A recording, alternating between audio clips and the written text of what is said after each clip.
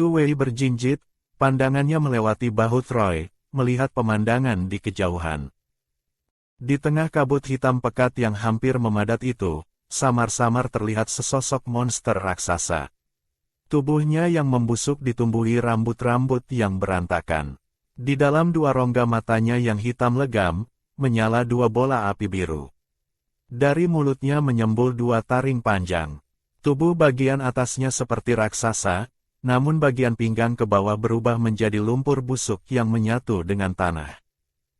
Monster ini tingginya setidaknya 5 meter, kira-kira setinggi gedung 2 lantai. Mulutnya yang seperti lumpur meraung ke segala arah, namun tidak mengeluarkan suara sedikit pun. Mungkin saja suara yang dikeluarkannya tidak bisa didengar manusia. Su Wei menatap Troy dengan khawatir.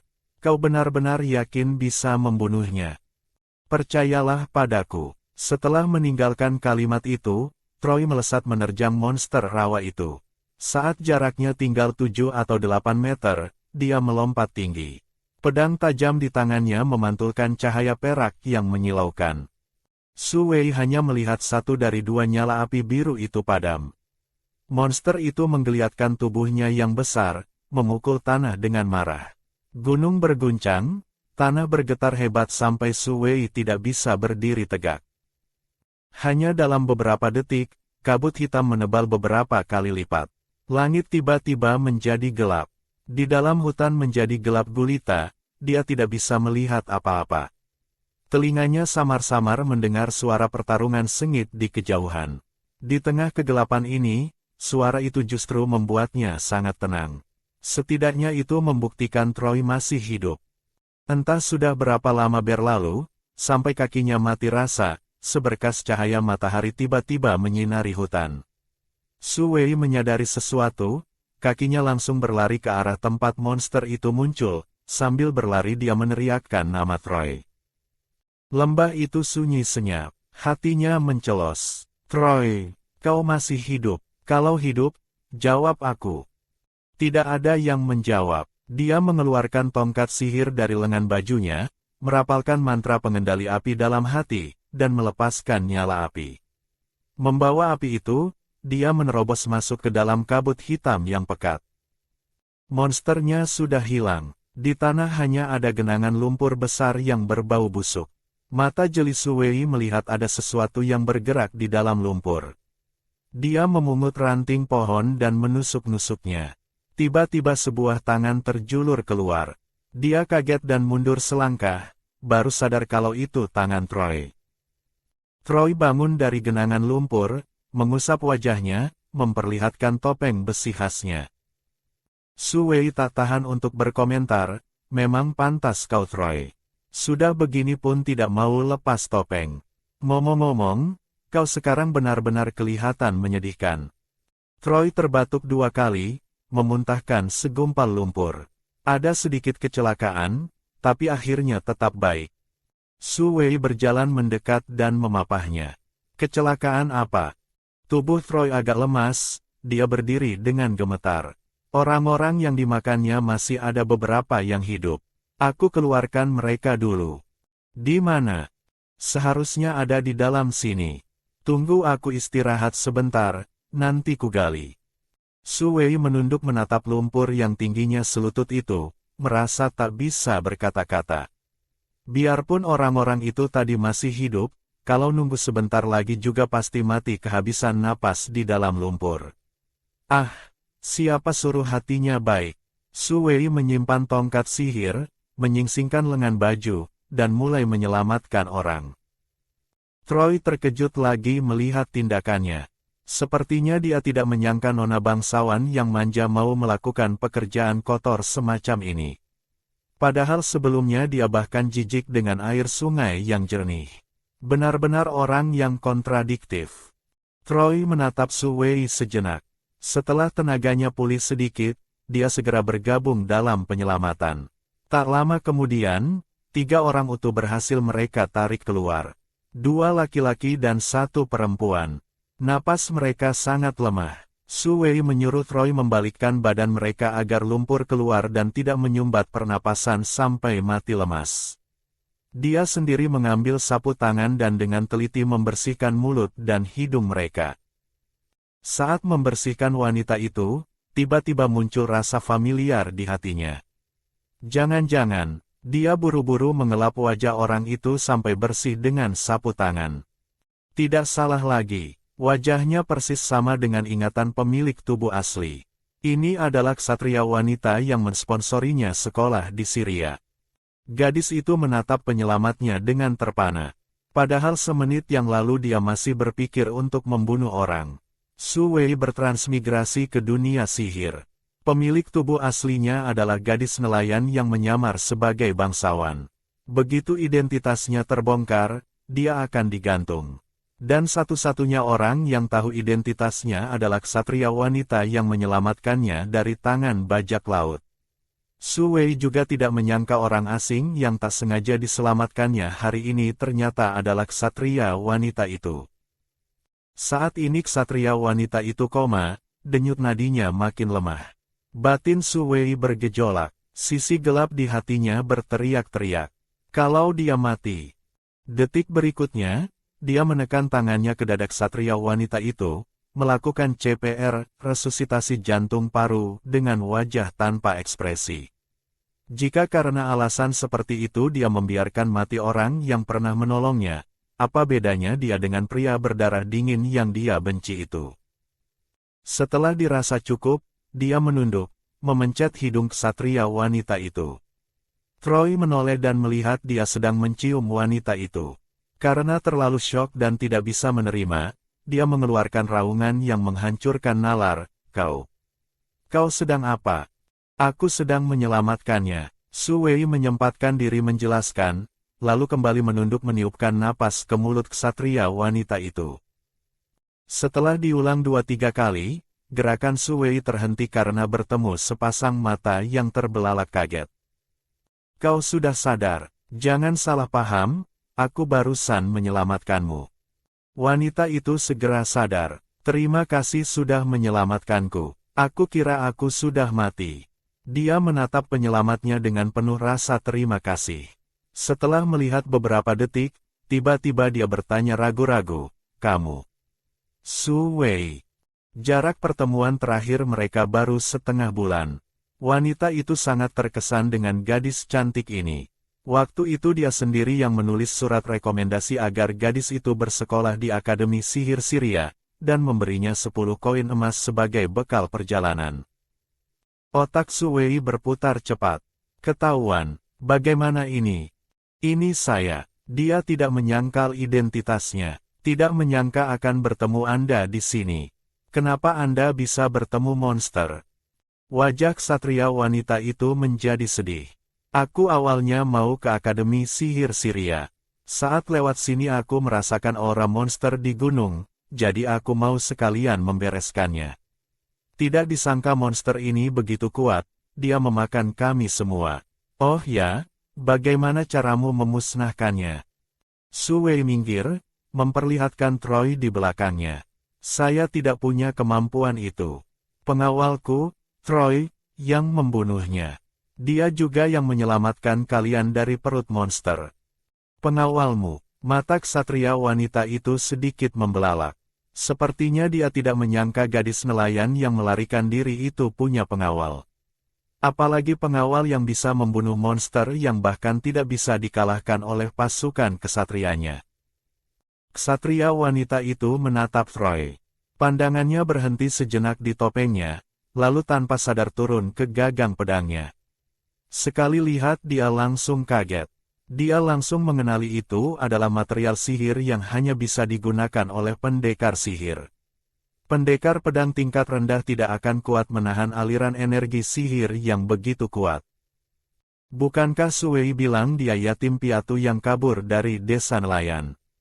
Kenapa dia bisa punya pengawal seorang pendekar sihir? Saat ini ksatria wanita itu tenggelam dalam kebingungan yang mendalam. Troy terus diam mendengarkan di samping. Saat Su Wei bilang dia pengawalnya, Troy tidak bereaksi apa-apa. Bagaimanapun dia sudah menerima uang Su Wei, dan sekarang memang sedang melakukan pekerjaan pengawal. Maaf, Troy orangnya pendiam. Su Wei melihat ksatria wanita itu terus menatap Troy, takut dia bertanya asal-usul Troy, jadi buru-buru mengalihkan topik. Di tanah masih ada 2 orang yang hidup. Mungkin mereka rekan tim Anda. Anda mau melihatnya? Mendengar kata rekan tim, ksatria wanita itu langsung melihat ke tanah dan menerjang ke arah mereka dengan semangat. Ini mereka, Robert dan Vincent. Mereka terluka parah demi melindungiku. Dia melihat kerangka-kerangka di sekeliling, matanya langsung berkaca-kaca. Yang lain sudah meninggal. Su Wei mengangguk dengan berat. Ksatria wanita itu menarik napas dalam, menghapus air mata, lalu menatap Su Wei. Maaf, sebelumnya karena alasan tertentu aku tidak memberitahumu nama asliku. Perkenalkan lagi, namaku Lilian Rossetti. Aku putri pertama kerajaan Kinok. Hari ini aku dan pasukan kesatriaku lewat sini dan sayangnya mengalami kecelakaan. Aku berharap bisa mendapatkan bantuanmu untuk membawa kami ke Syria. Keluarga Rossetti pasti akan membalas budimu. Su Wei sedikit terkejut. Ternyata Anda seorang putri. Benar, sebelumnya saat bertemu denganmu, aku sedang berpatroli rahasia di perbatasan bersama pasukan ksatria. Lokasi desa nelayan itu tepat berada di antara kerajaan Kinok dan kerajaan Tetia, termasuk wilayah sengketa kedua belah pihak. Mata Su Wei menunjukkan pemahaman. Pantas saja ksatria lain tidak berani memanggil namanya. Setelah tersadar, Su Wei buru-buru berkata pada Lilian, dulu Anda menyelamatkan saya, sekarang saatnya saya membalas budi. Tanpa Anda minta pun, saya pasti akan menolong kalian. Wajah Lilian menunjukkan rasa haru, tapi hatinya agak heran. Sesuai etiket, dia sudah menyebutkan nama aslinya, seharusnya Su Wei juga menyebutkan nama marganya. Kenapa dia mengabaikannya? Sekarang Lilian sudah tidak percaya Su Wei seperti yang dia katakan sendiri, hanya gadis yatim piatu yang kabur dari kejaran bajak laut di desa nelayan.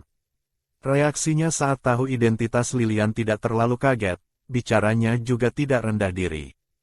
Ini menunjukkan dia punya identitas lain, dan statusnya tidak rendah. Sebenarnya saat pertama kali melihat Su Wei, dia sudah merasa kecantikannya tidak mungkin berasal dari desa nelayan kecil. Sekarang melihat dia didampingi pengawal pendekar sihir, dugaannya makin kuat. Mungkin Su Wei sama seperti dia dulu, memilih menyamarkan diri karena alasan tertentu. Lilian memikirkan ini, hatinya menjadi tenang. Pilihannya dulu ternyata tidak salah. Su Wei mulai memikirkan cara membawa mereka kembali ke kota. 2 ksatria itu menderita luka dalam yang parah, tidak akan sadar dalam waktu dekat. Kuda mereka juga sudah dimakan monster. Su Wei hanya punya 1 kuda. Jarak ke kota Syria sekitar 60 km lebih, jalan kaki sama sekali tidak realistis. Su Wei menatap Troy. Troy, bisakah kau mengantar mereka kembali? Sejak mendengar identitas Lilian sebagai putri kerajaan, aura Troy menjadi agak dingin. Mendengar pertanyaan Su Wei, baru dia menoleh. Bisa, perintahkan saja. Su Wei terkejut dengan sikapnya. Troy, kenapa? Tapi karena ada Lilian di samping, dia tidak enak bertanya. Kalau begitu kau antar mereka dulu ke kota. Troy menatapnya dalam-dalam. Baik. Dia menarik seutas tali tipis dari kerah bajunya, di ujungnya tergantung sebuah peluit tulang. Dia meletakkannya di bibir dan meniupnya pelan. Suara peluit itu nyaring dan merdu, daya tembusnya sangat kuat. Su Wei masih penasaran buat apa dia meniup peluit. Lilian sudah menariknya dan menunjuk ke langit dengan semangat. Tak lama kemudian, sebayang hitam melayang di langit. Griffin, Lilian menutup mulutnya tak percaya. Su Wei menatap bayangan hitam di langit yang makin lama makin besar dengan penasaran. Akhirnya makhluk itu terbang di atas kepala mereka. Ternyata itu adalah monster berkepala elang raksasa, bertubuh singa, dan bersayap lebar. Inilah Griffin dalam mitologi barat. Sialan. Troy punya kendaraan sekeren ini tapi tidak dikeluarkan, malah membiarkan mereka berdua naik 1 kuda lari sejauh ini. Su Wei memelototi Troy. Yang dipelototi merasa bingung. Griffin itu mendarat perlahan di samping Troy. Troy mengelus bulu leher Griffin, menyuruhnya tiarap, lalu mengangkat ksatria yang pingsan ke punggung Griffin. Su Wei berkata pada Lilian yang masih antusias, "Tuan Putri, silakan naik." "Tidak perlu seformal itu, Su Wei, panggil aku Lilian saja." "Baik, Lilian." Dia memapah Lilian naik ke punggung Griffin. Setelah semua duduk, diiringi suara peluit tulang yang nyaring, Griffin membentangkan sayap raksasanya dan terbang ke angkasa. Griffin terbang sangat cepat. Su Wei berteriak keras bertanya pada Lilian, "Lilian, kau mau ke Akademi Sihir Syria?" Lilian mendongak, bertanya dengan ragu, "Kau tahu tempat untuk menginap sementara?" "Aku ingin beristirahat dan merapikan diri dulu." Dia sekarang penuh lumpur dan bau busuk, tidak ingin muncul di depan banyak orang. Lagi pula Robert dan Vincent juga butuh perawatan tenang. Di asrama akademi tidak ada tempat untuk mereka. Mendengar jawaban Lilian, Su Wei justru lega. Dia sekarang juga tidak ingin kembali ke sekolah. Bagaimana kalau di sekolah benar-benar sudah ada ksatria suci? "Kalau begitu aku bawa kalian ke rumah kecil yang kubeli di kota." Lilian mengangguk berterima kasih. Dengan adanya Griffin, mereka berlima terbang kembali ke Syria dengan sangat cepat. Saat mendarat di halaman, Bella menjerit ketakutan. Su Wei yang pertama melompat turun untuk menenangkannya. "Jangan takut, jangan takut. Ini tunggangan Troy, tidak akan melukai orang." Roman berlari keluar dari dalam rumah, melihatnya dengan wajah penuh kejutan. "Nona, Anda kembali."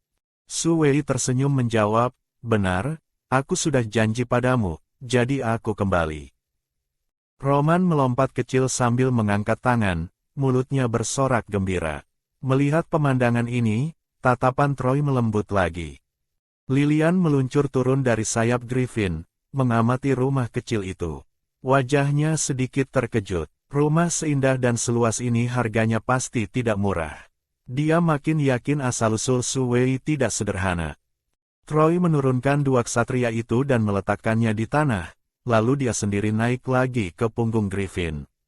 Su Wei melihat gerakannya. "Troy, kau mau kemana?" Troy berhenti sejenak. "Aku mau menjemput kuda." Su Wei baru sadar dia melupakan sesuatu.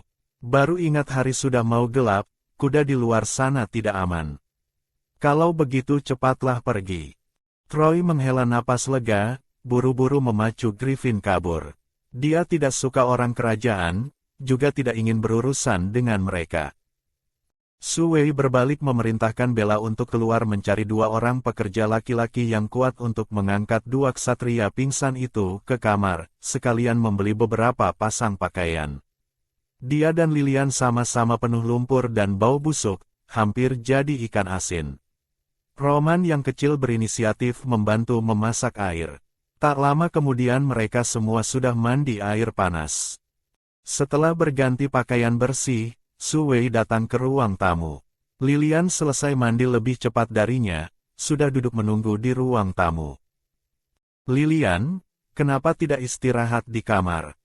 Lilian memang sangat lelah, tapi dia masih punya beberapa pertanyaan untuk Su Wei, jadi dia memaksakan diri keluar. Saat ini menghadapi Su Wei, dia agak segan. Orang sudah menyelamatkannya, tapi dia masih menanyakan pertanyaan yang bernada curiga, sungguh tidak pantas. Tapi kalau tidak tanya, dia tidak tenang. Su Wei melihat isi hatinya. "Lilian, kau mau tanya apa? Tanya saja." "Ketahuan ya, maaf sekali. Aku memang ada pertanyaan. Bagaimana kau bisa tahu di sana ada monster?" Orang yang lahir di keluarga kerajaan biasanya punya sifat curigaan. Kejadian hari ini terlalu kebetulan, wajar dia berpikir macam-macam. Su Wei berkata jujur, "Sejujurnya, aku awalnya tidak tahu di sana ada monster. Hanya saja siang tadi saat meramal, aku melihat ada pertanda buruk di utara. Aku penasaran jadi aku ajak Troy naik kuda keluar kota. Kemudian kami lelah dan istirahat di tepi sungai, baru melihat ada kabut hitam di hutan. Troy bilang itu aura monster, kami baru tahu di hutan ada monster. Menyelamatkan Anda juga kebetulan. Saat Troy membunuh monster, dia tidak sengaja menemukan ada sesuatu bergerak di perut monster itu. Dia curiga orang di dalamnya masih hidup, jadi dia membelah perutnya dan mengeluarkan kalian. Lilian sedang terkejut Su Wei ternyata bisa meramal, lalu mendengar Su Wei melanjutkan, tapi kenapa monster bisa muncul di sana ya? Hutan itu biasa saja, kenapa bisa mengundang monster rawa yang kuat? Kalau ada ksatria suci pasti bagus, mereka pasti tahu dari mana datangnya monster itu. Lilian menghela napas. Ksatria suci mana mungkin mengurus hal kecil semacam ini? Tanpa perintah dewa, mereka tidak akan meninggalkan Vatikan. Benar juga. Tapi perintah dewa kan jarang turun. Kalau tidak ada kekacauan besar, tidak akan mengusik Vatikan. Lilian tersenyum pahit. Cara kerja mereka memang begitu. Selalu suka muncul menyelamatkan dunia setelah bencana terjadi. Kalau aku hari ini mati dimakan monster, mereka mungkin baru akan datang memeriksa atas permintaan Ayahanda Raja, lalu memberikan jawaban yang ambigu. Su Wei membuka mulut, memasang ekspresi kaget. Kak Lilian, ternyata kau juga benci Vatikan. Jangan bicara sejelas itu. Setelah berkata begitu, dia menatap Su Wei dan tertawa. Sepertinya kita orang kerajaan memang tidak terlalu suka gaya kerja mereka. Iya, Su Wei tersenyum penuh arti. Lilian menguap kecil. Su Wei, aku tidur dulu ya. Terima kasih untuk hari ini. Sama-sama, cepatlah istirahat. Lilian berbalik, matanya memancarkan kilatan tajam. Dia benar-benar keturunan keluarga kerajaan. Hanya karena rambut hitam yang agung, gadis ini dianggap duri dalam daging oleh anak haram raja.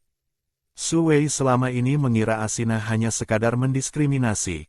Baru hari ini dia mengerti ternyata Asina takut padanya. Malam harinya, saat Su Wei kembali ke asrama sekolah, dia berpapasan dengan Asina di koridor. Kau ternyata belum pergi. Asina sangat kaget. Su Wei lebih kaget lagi. Pergi kemana?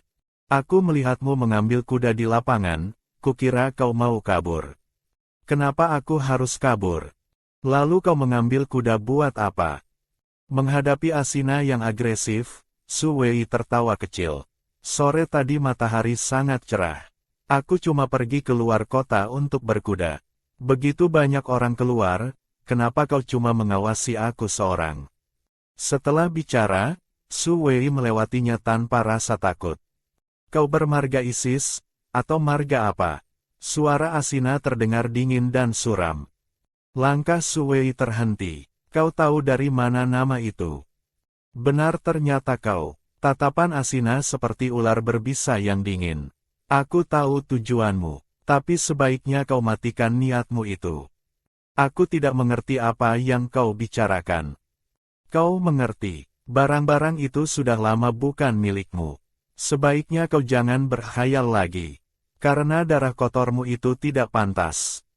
Su Wei menyunggingkan bibir, menatapnya dengan tertarik. Haha, menarik. Kudengar semakin seseorang kekurangan sesuatu, dia semakin suka menekankan hal itu. Asina, apakah kau juga begitu? Wajah Asina berubah. Kuharap kau bisa terus bermulut tajam seperti ini. Jangan sampai nanti berlutut memohon padaku. Dia melangkah lebar melewati Su Wei, meninggalkan satu kalimat. Cepat sadar diri dengan identitasmu, tinggalkan Syria. Jangan paksa aku bertindak. Su Wei tetap tersenyum. Aku tunggu. Kembali ke kamar, wajah Su Wei langsung berubah suram. Dia salah mengartikan niat Asina yang terus memusuhinya selama ini. Asina bukan ingin membongkar kedoknya. Tujuan sebenarnya adalah ingin membuat dia pergi dari Syria. Asina takut padanya. Apa alasannya? Su Wei yakin pemilik asli tubuh tidak kenal Asina. Tidak ada konflik kepentingan apapun. Dalam ingatan belasan tahun pemilik asli tubuh, dia selalu tinggal di desa nelayan, tidak pernah keluar desa. Dalam kondisi begini, bagaimana mungkin dia punya konflik dengan nona bangsawan dari tempat jauh?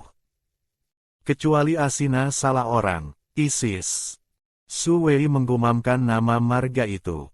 Rasanya agak familiar, tapi tidak ingat pernah dengar di mana.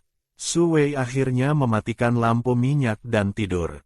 Lelah seharian, dia langsung tertidur begitu menyentuh kasur. Kualitas tidurnya sebaik koin emas. Saat dibangunkan keesokan harinya, dia masih merasa bingung antara kaget dan senang. Setelah beberapa saat baru dia ingat hari ini adalah hari ke-7 dia bersekolah. Pagi ini ada pelajaran ilmu pedang. Di pelajaran ilmu pedang pertama, sekolah membagikan pedang kayu. Setelah pelatih mengajarkan beberapa teknik dasar pedang, dia menyuruh semua orang berlatih berpasangan. Gadis yang berpasangan dengan Su Wei tanpa kejutan memberinya kartu orang baik, menolak secara halus bersikap baik. Su Wei menerima dengan senyuman. Dia memang berniat menjalin hubungan baik dengan rakyat jelata di kelas. Seminggu ini hasilnya cukup terlihat. Rakyat jelata di kelas masih takut pada bangsawan, tapi sudah mau menyapa dia duluan saat bertemu. Siang harinya setelah kelas usai, Su Wei tidak makan di kantin. Dia pergi keluar sekolah mencari Troy.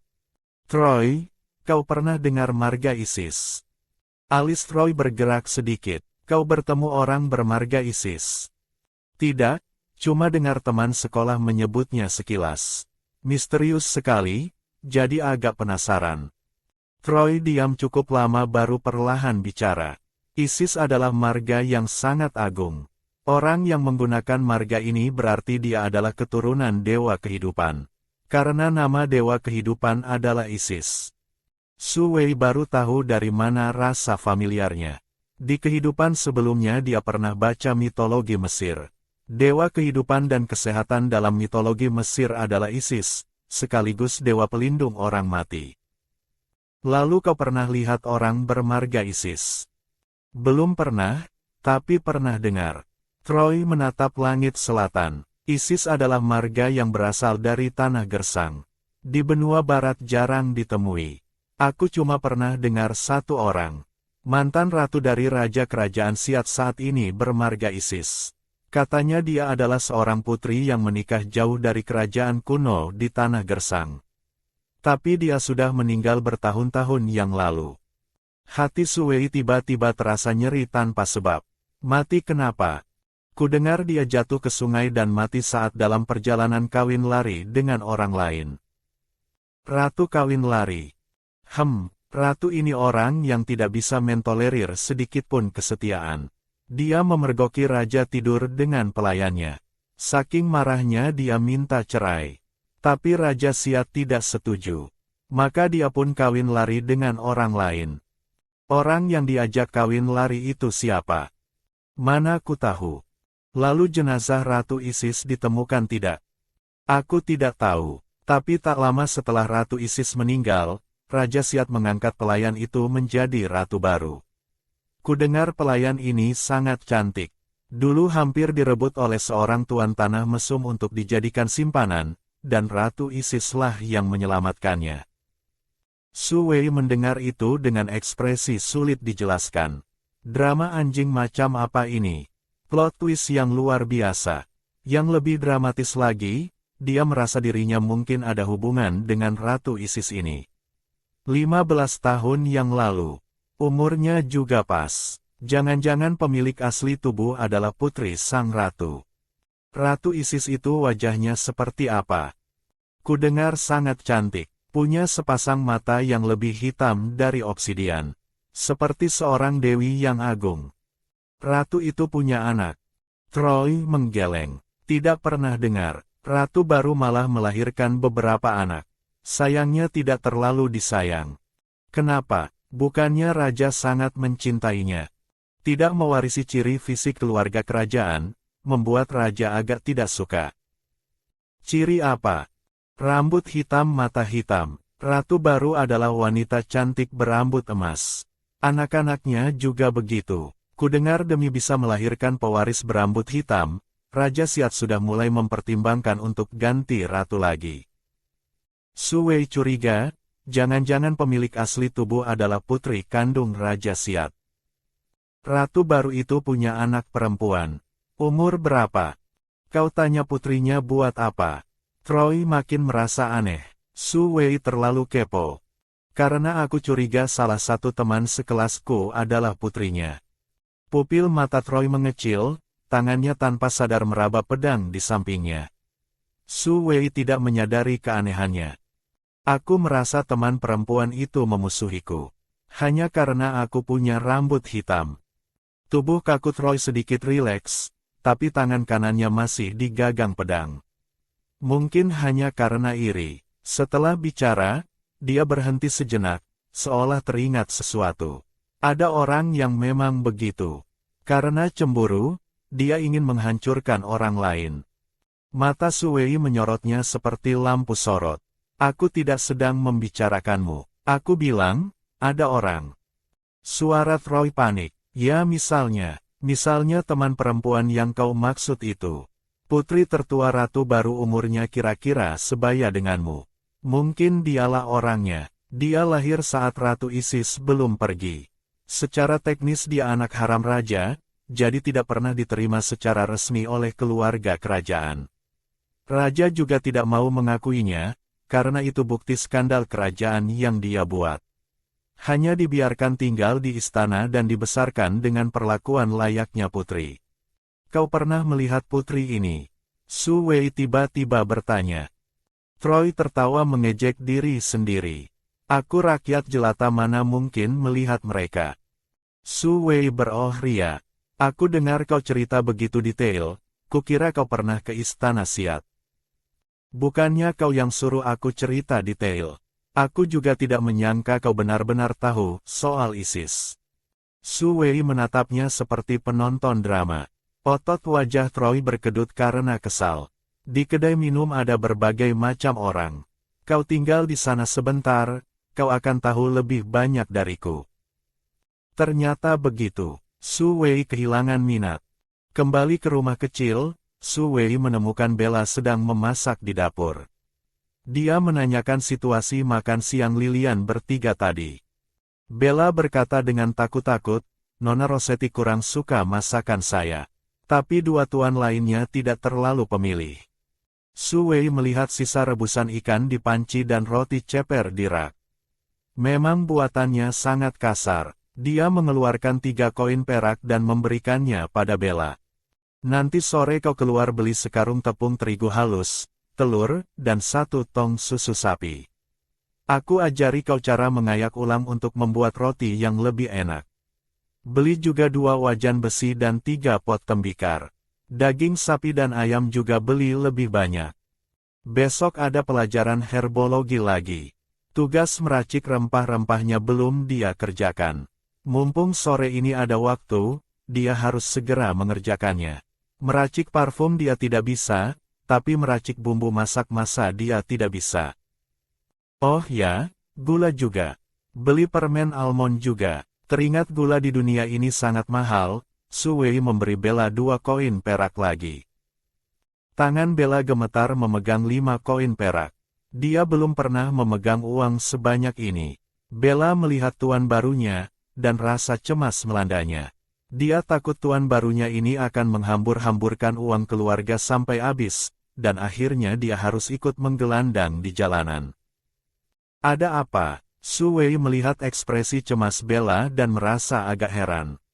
Tidak apa-apa, tuan. Silakan lanjutkan kesibukan Anda. Saya mau pergi belanja. Bella berusaha menegakkan tubuhnya. Demi keluarga ini, hari ini dia bertekad akan menawar harga habis-habisan dengan para pedagang itu. Su Wei kembali ke ruang tamu. Lilian baru saja berganti pakaian dan turun dari lantai atas. Su Wei, kau sudah selesai kuliah. Benar, Lilian, kau mau keluar. Aku berencana pergi ke Akademi Sihir Syria. Sebenarnya aku harus lapor diri pagi ini, tapi malah tertunda sampai sekarang. Su Wei menatapnya bingung. Ternyata kau juga mahasiswa Akademi Sihir. Lilian tertawa kecil. Aku bukan mahasiswa, aku guru di sekolah itu. Mata Su Wei terbelalak. Kau guru. Lilian kelihatannya hanya lebih tua 3 atau 4 tahun darinya. Memangnya tidak mirip? Lilian menutup mulutnya tertawa hingga matanya menyipit. Aku guru ramuan sihir yang baru direkrut akademi. Karena inspeksi perbatasan, lapor diriku jadi terlambat beberapa hari. Pelajaran ramuan sihir, apakah itu herbologi? Itu adalah pelajaran tingkat lanjut dari herbologi, pembuatan ramuan tingkat menengah. Nanti kalau kau sudah jadi murid sihir tingkat menengah, kau akan bertemu denganku. Su Wei masih terkejut. Identitas Lilian ini banyak sekali, bahkan lebih banyak dari dirinya. Saat Su Wei mengira dia ksatria, dia bilang dia putri. Saat Su Wei tahu dia putri, dia bilang dia guru sekolah. Pantas saja dia bisa menulis surat rekomendasi untuk pemilik asli tubuh ini. Guru memang punya jatah rekomendasi.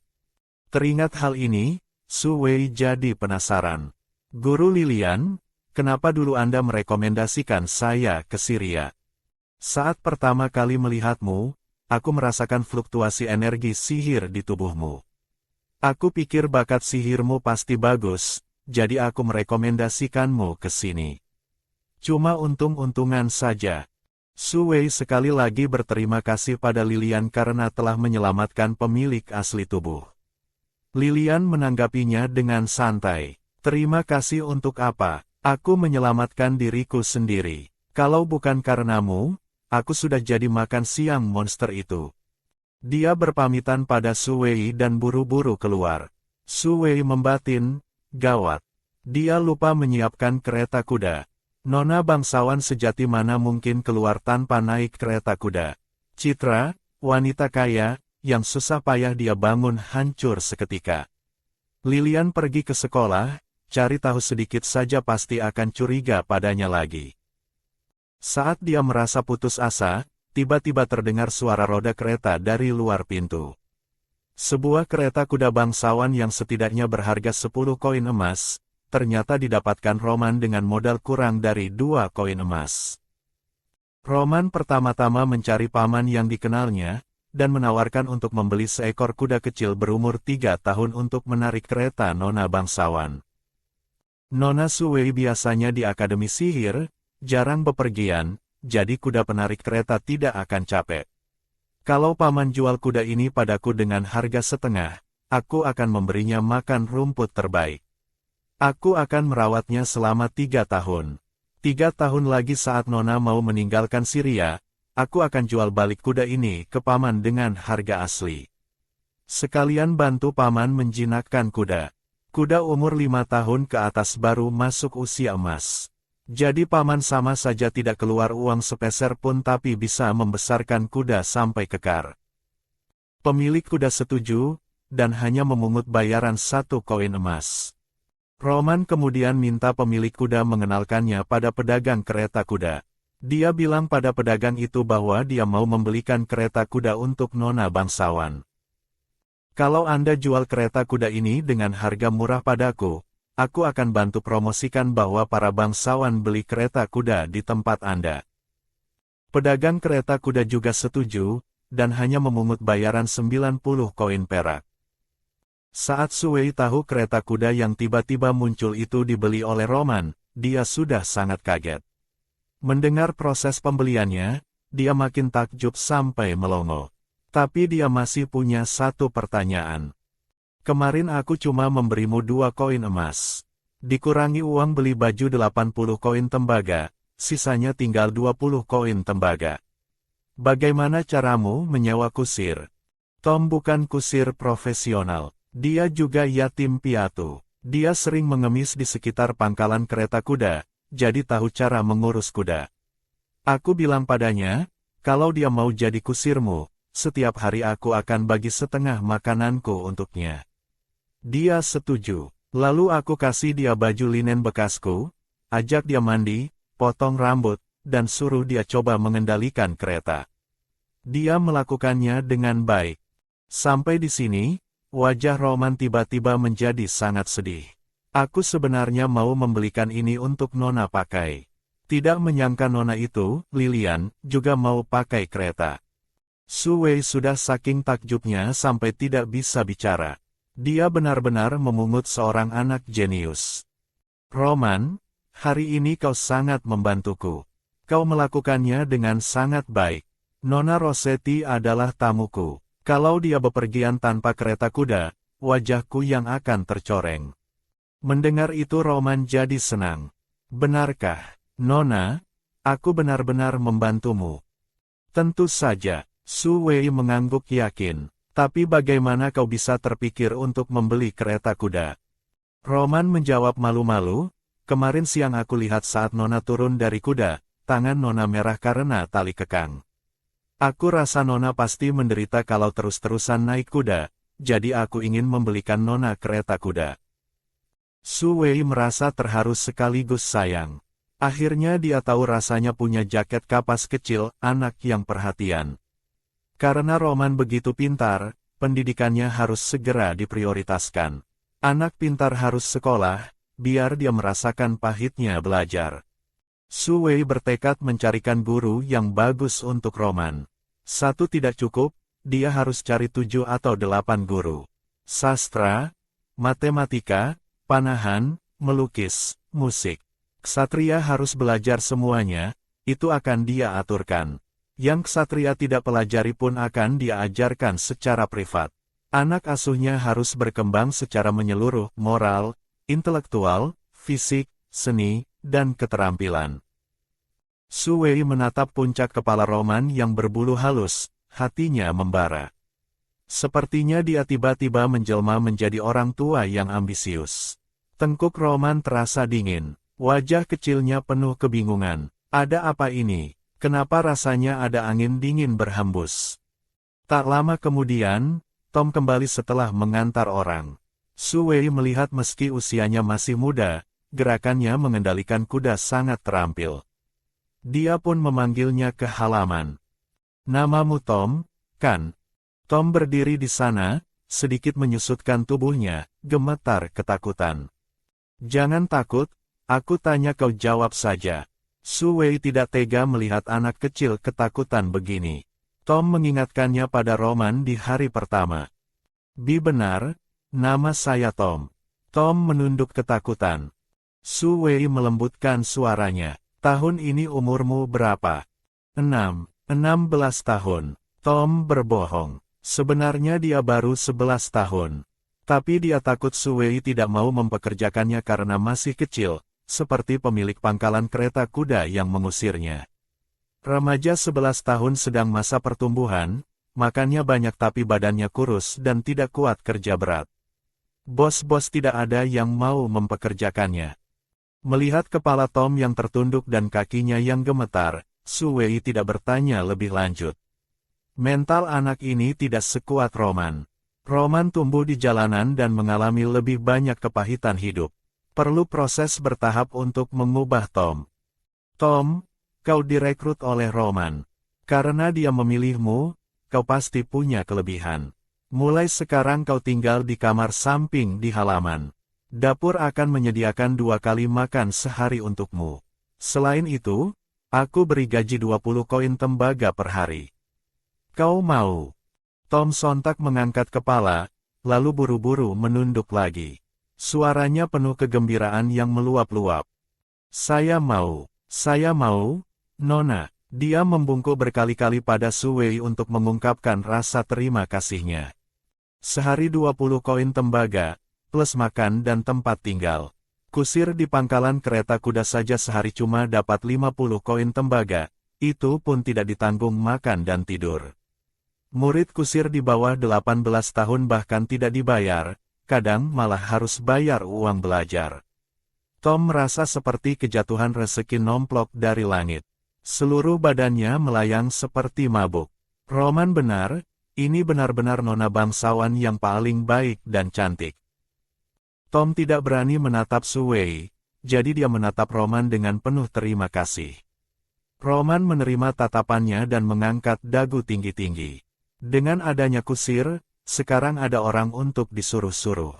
Su Wei sebelumnya selalu menyuruh Troy, dipikir-pikir agak tidak enak juga.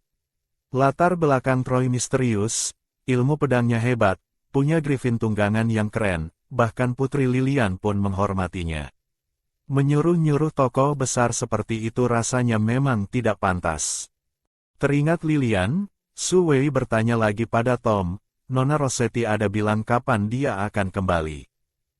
Tom menggeleng. Menjawab Nona, tidak ada. Su Wei berpikir sejenak lalu memerintahkan, kalau begitu nanti kau tunggu di gerbang akademi. Kalau Nona Rossetti keluar, kau persilakan dia naik kereta. Mendapat perintah, Tom berlari riang ke kamar samping. Dia memang suka berurusan dengan kuda.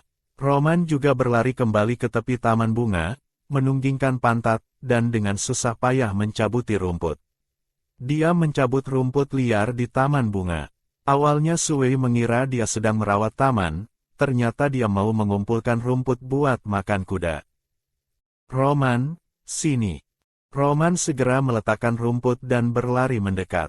Tangan kecilnya yang penuh lumpur diusapkan ke celana, lalu dia mengusap ingus yang hampir meler. Su Wei melihat itu dan merasa tugas pendidikannya masih panjang dan berat. Nona, ada apa? Roman mendongak menatapnya dengan patuh. Su Wei ingin mengatakan sesuatu tapi takut melukai harga dirinya. Akhirnya dia mengeluarkan sapu tangannya dan mengelap wajah Roman.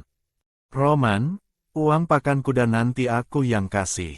Mulai sekarang Tom jadi adik buahmu. Kau bantu aku mengawasinya ya.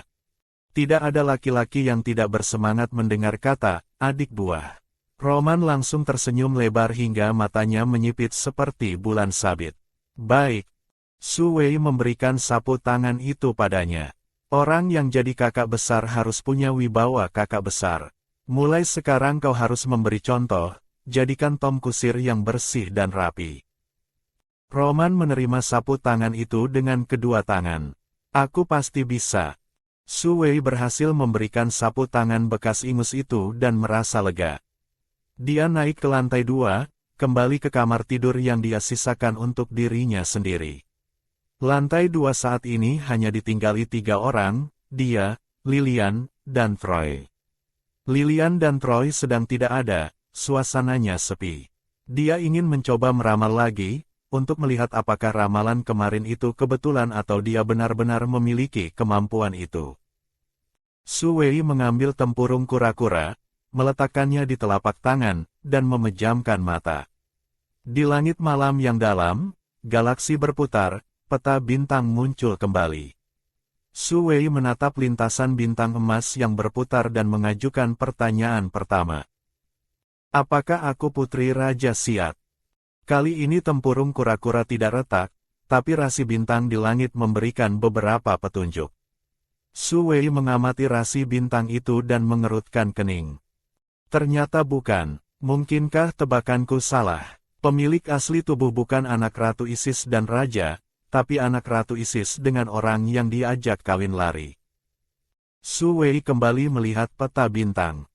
Apakah aku putri Ratu Isis? Rasi bintang kembali memberikan jawaban, bukan. Su Wei menatap rasi bintang dengan kaget. Jadi dia sama sekali tidak punya hubungan darah dengan Raja Siat ataupun Ratu Isis. Benar-benar cuma yatim piatu anak nelayan. Ya ampun, kebanyakan nonton drama picisan sampai mengira dirinya pemeran utama wanita.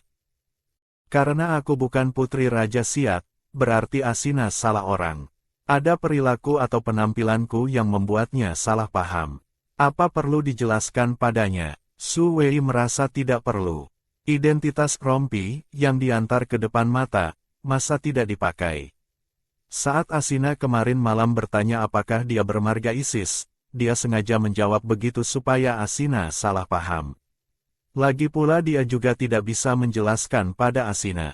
Tidak mungkin dia membongkar fakta bahwa dia rakyat jelata. Kan, sudah terlanjur menyinggung mereka, kalau ketahuan malah mati lebih cepat.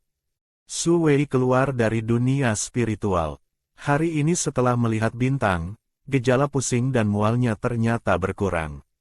Sepertinya ramalan, pemecahan keraguan, jauh lebih ringan daripada prediksi.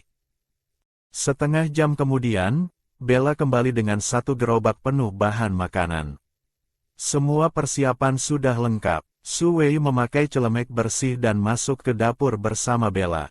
Dia mau mengajari Bella membuat kue, sekalian menyiapkan PR untuk pelajaran herbologi besok.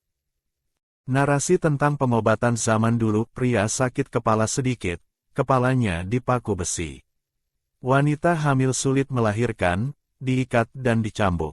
Ini karena zaman ini medisnya terbelakang dan terlalu fanatik pada agama. Orang sakit dianggap berdosa dan harus bertobat pada dewa, bukan diobati. Kalau sakit atau luka dibiarkan sendiri, mungkin masih bisa hidup. Kalau panggil dokter, malah mati lebih cepat.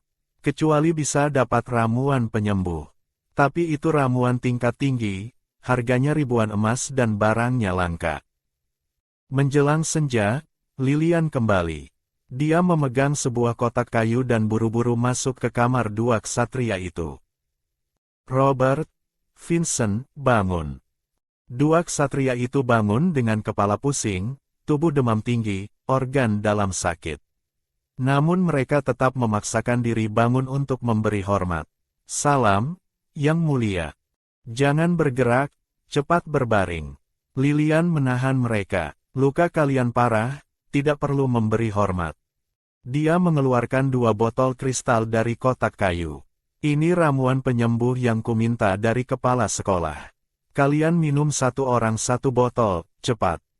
2 ksatria itu terharu sampai menangis. Yang Mulia, bawahan tak berguna ini tidak pantas menerima kebaikan sebesar ini. Lilian tidak setuju. Kesetiaan ksatria tak ternilai harganya. Kalian orang kepercayaanku, dan terluka demi melindungiku. Aku tidak boleh menyia-nyiakan kesetiaan kalian. Cepat minum ramuannya, ksatria-ksatriaku yang gagah berani. Aku tidak bisa kehilangan perlindungan dan pengabdian kalian. Robert dan Vincent seketika banjir air mata. Tuan putri mereka begitu baik dan mencintai bawahan. Beliau pasti akan menjadi ratu yang pengasih. 2 ksatria itu segera meminum ramuannya. Energi kuat dari ramuan tingkat tinggi memperbaiki organ dalam mereka yang rusak. Tak lama kemudian, wajah mereka yang pucat menjadi normal kembali. Hati Lilian yang tadinya was-was akhirnya lega. Syukurlah ramuannya manjur. Kalian istirahatlah sebentar lagi, pasti akan sembuh. Saat dia sedang bicara, 2 ksatria itu tiba-tiba turun dari tempat tidur, menahan sakit yang luar biasa, bertumpu pada pedang panjang dan berlutut dengan 1 kaki di hadapannya. Kalian, apa yang kalian lakukan? Cepat kembali berbaring. Tidak, Tuan Putri, mohon terima sumpah setia kami. Sikap 2 ksatria itu tegas. Ekspresi Lilian terenyuh. Dia perlahan berdiri tegak, menyatukan kedua tangan di depan dada.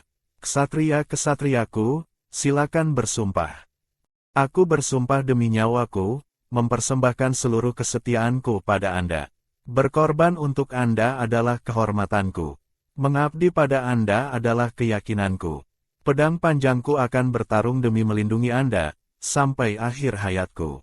Sumpah ini takkan goyah hingga maut memisahkan. Lilian dengan hikmat mengulurkan tangan kanan, menyentuh puncak kepala mereka satu persatu. Aku bersedia menerima sumpah kalian, dan menganugerahkan kehormatan pada kalian. 2 botol ramuan ditukar dengan 2 bawahan setia mati. Pengorbanannya mendapat balasan yang setimpal. Setelah minum ramuan, 2 ksatria itu menjadi sangat bersemangat. Lilian melihat mereka masih bertenaga, jadi dia menceritakan proses penyelamatan mereka. Untung ada Suwei, kalau tidak kita sudah tewas di perut monster. Mereka tentu percaya kata-kata Lilian, tapi terhadap Suwei dan Troy, mereka masih agak curiga. Vincent mengerutkan kening. Yang Mulia, saya merasa ucapan Suwei sangat mencurigakan. Dia bilang dia menemukan monster itu karena ramalan. Tapi bahkan ahli astrologi pun jarang bisa meramal dengan tepat. Bagaimana mungkin dia, seorang murid sihir pemula, bisa memprediksinya? Lilian menggeleng. Kalian harus percaya di dunia ini ada jenius. Bakat sebagian orang memang tidak bisa dinilai dengan akal sehat. Lagi pula jangan lupa, monster itu kita sendiri yang memancingnya. Saat kita masuk ke Laut Iblis, kita melanggar pantangan di sana dan terkontaminasi aura kegelapan, makanya memancing monster itu datang. Robert mengajukan keraguan, tapi Yang Mulia, kalau Su Wei benar-benar anggota kerajaan, kenapa dia bisa terdampar di pantai, dikejar bajak laut, dan minta tolong pada kita? Waktu itu kenapa pengawalnya tidak muncul? Lilian berpikir, konflik internal kerajaan Xiat sangat parah. Mungkin dia dianiaya oleh faksi tertentu, terpaksa menyamar jadi rakyat jelata dan minta tolong pada kita. Soal pengawalnya, mungkin waktu itu sedang ditahan musuh, baru belakangan menemukannya. Robert baru sadar, memang mungkin begitu. Kalau dipikir-pikir, bajak laut itu juga aneh. Belum pernah dengar ada bajak laut di pantai itu, kenapa tiba-tiba muncul? Sudahlah, jangan bahas ini lagi. Karena Su Wei tidak mau memberitahu identitasnya, kita juga jangan menyelidikinya. Lagi pula siapa sih yang tidak punya rahasia? Lilian kali ini meminjam alasan patroli perbatasan sebenarnya ingin mencari penyihir wanita yang bersembunyi di masyarakat, untuk mendapatkan jejak necromancer penyihir mayat hidup yang legendaris. Sayangnya bukan cuma tidak ketemu, dia malah kehilangan satu pasukan. Yang Mulia, Anda, Robert baru mau bicara, tapi hidungnya mencium aroma yang sangat kuat. Bau apa ini? Vincent juga menghirup napas dalam-dalam. Sepertinya bau rempah-rempah. Lilian segera melihat keluar jendela. Aroma berbagai rempah berpadu harmonis, hangat dan kaya akan aroma daging yang menggugah selera. Terdengar suara perut keroncongan di ruangan itu. Dua ksatria itu langsung merah pada mukanya, menekan perut mereka sendiri. Kalian tunggu di sini, aku keluar lihat dulu. Setelah putri pergi, dua ksatria itu berbisik di kamar. Kok bisa ada bau seharum ini? Apa ada yang sedang melakukan ritual pengorbanan? Ritual, bau ritual memangnya seaneh ini? Kenapa aku cium baunya langsung lapar? Vincent tiba-tiba matanya berbinar. Aku tahu, ini bau daging. Robert menelan ludah. Daging seharum ini daging apa? Jangan-jangan daging manusia. Keduanya memikirkan hal yang sama dan saling pandang dengan ngeri. Karena tidak tenang, mereka mencari Putri Lilian. Putri, Yang Mulia, di sini berbahaya. Kami curiga ini daging manusia. Jangan-jangan ada iblis sedang memasak orang hidup. Mereka bertiga mengikuti sumber bau sampai ke dapur. Dua ksatria itu langsung menendang pintu sampai terbuka, mengangkat pedang tinggi-tinggi. Iblis jahat, matilah kau. Su Wei yang sedang mencicipi daging kaget setengah mati. Siapa yang mengizinkan kalian menendang pintu? Inikah tata krama seorang ksatria? Lilian yang di luar mendengar suara Su Wei dan langsung sadar ada yang salah. Su Wei, kau di dalam. Dia bicara sambil melihat sekeliling dapur. Saat melihat panci yang mengepulkan aroma harum dan bahan makanan di talenan, wajahnya menunjukkan ekspresi geli dan serba salah. Maaf, kami salah paham. Kami belum pernah mencium bau seharum ini. Maafkan kami, Su Wei. Tapi kau sedang masak apa? Harum sekali. Su Wei meletakkan pisau dan garpu, menjelaskan, aku sedang mengerjakan PR herbologi. Ini resep wewangian bumbu yang kubuat. Di dalamnya direbus daging sapi dan ayam. Kau mau mencicipi? Mendengar itu daging sapi dan ayam, Lilian tertegun. Boleh, ini kan permu. Tentu saja boleh. Aku buat banyak kok, tapi di sini tempatnya sempit. Kita pindah ke ruang makan saja, ya. Nanti minta Bella antarkan ke sana. Vincent dan Robert saling pandang dengan senyum pahit. Hari ini mereka benar-benar malu-maluin. Bukan cuma malu sendiri, tapi juga bikin malu Tuan Putri. Padahal mereka yang salah paham duluan, tapi Putri yang menanggung semua. Di luar ruang makan, dua orang itu membungkuk pada Su Wei. Maafkan kami, Nona Su Wei. Mereka mengakui kesalahan dan berjanji akan memberi ganti rugi 2 kali lipat. Su Wei menerima permintaan maaf mereka. Tidak apa-apa, Tuan-tuan ksatria, menyadari kesalahan dan memperbaikinya adalah kebajikan yang besar. Lilian di samping menatap kagum. Dia meresapi kalimat itu, merasa ada rima yang unik, terdengar sangat dalam dan berwibawa. Su Wei pasti berasal dari keluarga kerajaan kuno, punya latar belakang sastra yang kuat sehingga bisa bicara seindah itu. 4 orang duduk di meja makan. Bella segera mengantarkan daging sapi ke hadapan mereka. Di atas piring besi bundar tersaji 4 atau 5 potong daging sapi seukuran kuku jari. Di bawahnya disiram sesendok kuah. Di atas daging dihiasi 2 lembar daun mint kecil yang imut. Di sampingnya ada sejumput wortel serut. Penataannya sangat indah, warna, aroma, dan rasanya lengkap. 2 ksatria itu tergoda aroma daging dan sudah tidak sabar, langsung mengulurkan tangan mau mengambil daging. Lilian juga lapar, tapi melihat Su Wei belum bergerak dan tidak ada sendok, dia ragu sejenak. Untung dia ragu, karena Bella segera membawakan nampan berisi 2 set peralatan makan yang dibungkus serbet putih. Su Wei dengan terampil mengambil pisau dan garpu. Menusuk daging dengan garpu, dengan anggun memasukkannya ke mulut, mengunyah perlahan tanpa suara sedikitpun. Lilian mengamatinya dari sudut mata, lalu meniru cara memegang garpu, dan dengan anggun memakan dagingnya. 2 ksatria yang sudah memegang daging di tangan dengan kuah yang menetes, tiba-tiba merasa sangat canggung melihat gerakan mereka. Daging di tangan mau ditaruh salah, dimakan juga salah. Setelah galau beberapa detik, mereka akhirnya melempar daging itu ke mulut dan mengunyah dengan nikmat. Ah! Daging sapi yang kenyal ini ternyata tidak bau prengus sama sekali. Asin, gurih, dan ada sedikit rasa manis. Rasanya tertinggal di mulut, sama sekali tidak ada rasa aneh.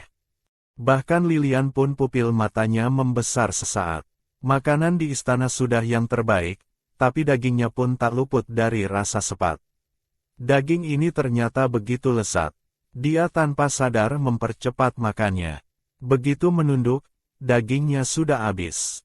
Lilian tertegun. Di istana dia tidak pernah makan daging sebanyak ini dalam sekali makan. 2 ksatria itu selesai makan dengan wajah penuh kepuasan. Porsi mereka biasanya besar, daging segitu cuma jadi pembuka selera, malah bikin makin lapar. Melihat itu, Su Wei memberi kode pada Bella. Bella membawakan kue kecil dan roti. Saat penutup saji dibuka, aroma manis seketika memenuhi ruangan. Lilian menghirupnya dalam-dalam, sepertinya tercium bau telur, susu, dan gandum. Aneh, dulu dia selalu mual mencium bau telur dan susu, kenapa hari ini rasanya begitu harum? Dia mengambil sepotong kue, makan sedikit, dan seketika matanya menyipit bahagia. Tidak disangka kue ini seenak ini. Su Wei melihat ekspresi terbuainya dan membatin, dasar orang barat yang suka manis. Setelah makan kue dan roti, Lilian mengelap mulut dengan ekspresi puas. Di atas langit masih ada langit. Dulu dia pikir makanan yang dia makan adalah yang terenak di dunia. Tak disangka makanan di sini 100 kali lebih enak. Guru Lilian, kalau Anda yang menilai, Anda akan memberi nilai berapa untuk resep wewangian saya? Su Wei ingin tahu apakah resep ini bisa lulus. Nilai sempurna. Lilian menjawab tanpa ragu. Rasanya sangat enak. Anda tidak merasa ini melenceng dari topik. Karena ini lebih cocok untuk merebus daging. Resep wewangian, rempah hakikat adalah aroma. Aroma resep ini sangat harmonis. Biarpun tanpa bau daging, kurasa aromanya saja sudah bisa membuat orang terbuai. Mendengar penilaian Lilian, Su Wei lega. Guru ramuan saja memberi nilai setinggi ini, Profesor Phil pasti nilainya tidak akan rendah. Tahu 2 ksatria itu belum kenyang, Su Wei menyuruh Bella memotongkan ayam lebih banyak lagi. Kemudian dia kembali ke dapur. Kuah rebusan rempah itu dia bagi 2. Satu bagian dipanci tanah liat untuk merebus sayap dan ampela ayam, satu bagian lagi diambil untuk melumuri daging marinasi. Yang dipanci tanah liat itulah PR-nya besok. Namun, saat tahu kegunaan PR itu, dia hampir muntah di tempat. Gadis ini di kelas di depan gurunya memanggang daging karena resep wewangian, dikira aromaterapi tapi ternyata bumbu masak memancing perut seluruh teman sekelas keroncongan. Tapi gurunya bukannya marah malah memberinya nilai sempurna. Keesokan harinya di pelajaran herbologi, Profesor Phil meminta siswa mengeluarkan resep wewangian mereka untuk dinilai di tempat. Proses penilaiannya sangat cepat, cukup cium baunya, tanya proses pembuatannya, lalu beri nilai. Nilai sempurna 10, tapi kebanyakan siswa cuma dapat 6 atau 7. Sebagian malah tidak lulus. Sampai di meja Asina, kecepatan Profesor Phil baru melambat. Aroma wewangianmu agak beda, kau tambah bahan lain. Benar, saya tambahkan pala dan kemenyan, juga sedikit lada putih. Profesor Phil mengangguk. Bagus. 10 poin. Terdengar bisik-bisik di kelas. Su Wei mendengar gadis di sebelahnya mencibir, bukannya cuma nambah rempah mahal. Kalau aku punya aku juga bisa nambahin. Apa hebatnya resep itu? Profesor sebelumnya tidak bilang boleh nambah bahan lain. Dia cuma pilih kasih sama Asina. Mereka pasti saudaraan. Diam, Profesor Phil menatap mereka dengan tajam. Saya tidak pernah bilang tidak boleh nambah bahan. Kalian sendiri yang tidak terpikir, jangan iri pada teman yang lebih unggul. Siswa sekelas marah tapi tidak berani bicara. Beberapa yang bernyali besar masih menggerutu pelan. Memang benar kok, kalau cuma dinilai dari kelangkaan rempah, buat apa bikin resep? Langsung saja ranking berdasarkan kekayaan keluarga. Profesor melanggar aturan sekolah kan? Brak. Profesor Phil memukul meja. Siapa yang bicara barusan? Potong 10 poin. Kelas seketika sunyi senyap. Profesor Phil dengan wajah dingin melanjutkan pemeriksaan tugas. Asina menyimpan wewangiannya, menoleh dengan tenang menyapu pandangan ke seluruh kelas. Orang-orang yang tadi meragukannya, semua dia ingat wajahnya. Profesor Phil segera sampai di meja Su Wei. Mana resep wewangianmu?